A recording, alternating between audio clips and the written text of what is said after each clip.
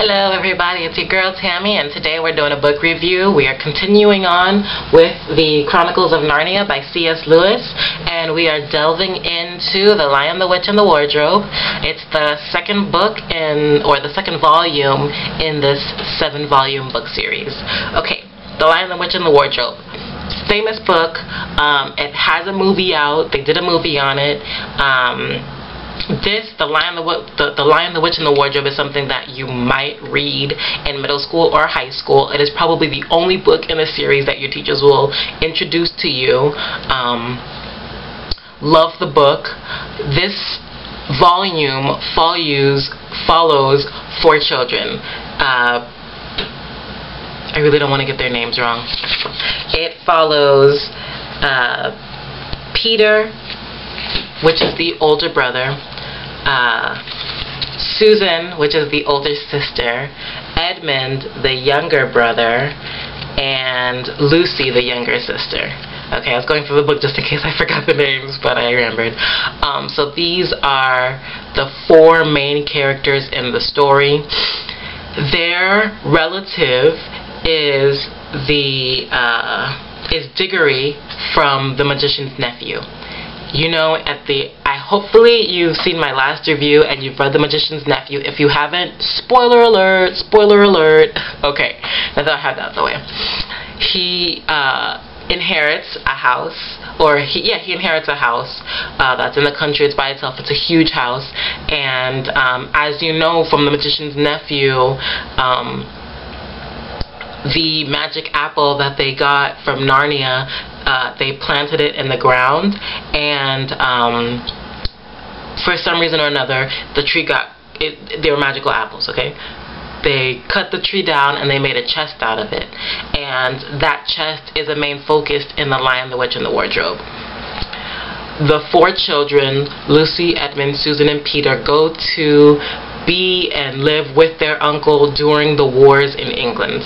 Okay, and while going on an adventure, this is a spoiler alert for the Lion, the Witch, and the Wardrobe as well. This is going to be much more in depth than my last review.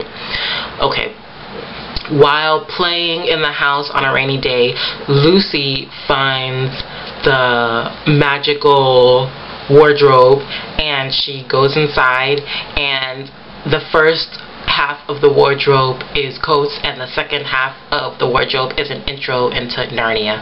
So she is the first young child of the 4 to find Narnia, and she finds a world not what Aslan created it to be, because he created an oasis, beautiful trees, grass, sun, happiness.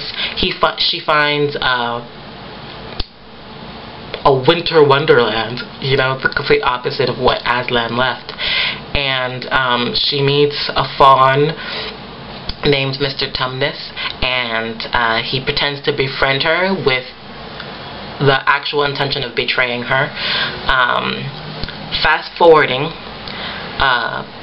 her siblings don't believe her about this magical land of Narnia, so on another day, Lucy's brother Edmund finds the wardrobe, finds Narnia, meets the White Witch, and falls into a sort of trap with her. And fast forwarding a little more, all 4 children find Narnia, and it is revealed that one of the many legends in Narnia is that 4 humans will sit on the thrones of Cair Paravel. I hope I'm pronouncing it right, Cair Paravel, and therefore, and at that time, Aslan will return to Narnia, and the witch's spells will be broken, and Narnia will again be back to its original state, how Aslan created it to be.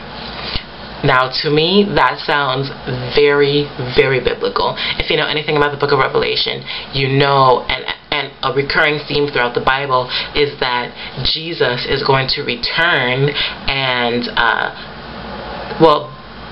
Jesus is going to return, the earth will be destroyed, and it says the heavens and the earth shall pass away, and then a new world will be reborn. And that is exactly what happens in The Lion, the Witch, and the Wardrobe. The earth, Narnia, is destroyed by the White Witch. The oasis is taken away and is turned into a winter wonderland. And as the 4 children come in and fight for Narnia, and Aslan comes in and fights for Narnia, the witch's spells are broken, the snow begins to melt, and it just becomes green and beautiful again. There is a big fight between good and evil, between Aslan, God, and the White Witch, the devil, and guess who wins? Aslan and the 4 children. And what's so magical and so wonderful about this book is what I love, and what every young kid wants to hear, what every adult loves to see, is these kids become they become kings and queens, you know, of this land. King Peter, it becomes the High King, which is he's the king over all, and Susan, Edmund, and Lucy become king and queen as well. And they all have their different talents. You know, both Peter and Edmund are great fighters. Susan is really good with a bow and arrow. And Lucy has a magic cordial that heals almost every wound. So she can go onto the battlefield and heal people. So it's really, I love The Lion, the Witch, and the Wardrobe so much. It's so magical, so enchanting. Again, it is another story that just is so vivid, full of colors, so bright. You just want to keep on reading. You don't want to stop. So I highly recommend The Lion, the Witch, and the Wardrobe. If you're not up for a big volume like this, at least pick up The Magician's Nephew and The Lion, the Witch, and the Wardrobe. I know that they sell these books separately, so if you're not up for just reading a whole big book, just pick up those 2. I promise you'll love it. My next review will be on The Horse and His Boy. That one I love so much because it has more adventure, and it actually ties into The Lion, the Witch, and the Wardrobe. It's just such a beautiful story, and I can't wait to share that with you. Thank you for staying tuned for this review. I hope you guys are learning a lot. I hope those of you who have not read the book decide to read it, and I look forward to sharing more books with you as the years go on, as the months go on. Thank you. I love you. God bless you, and you have a great day.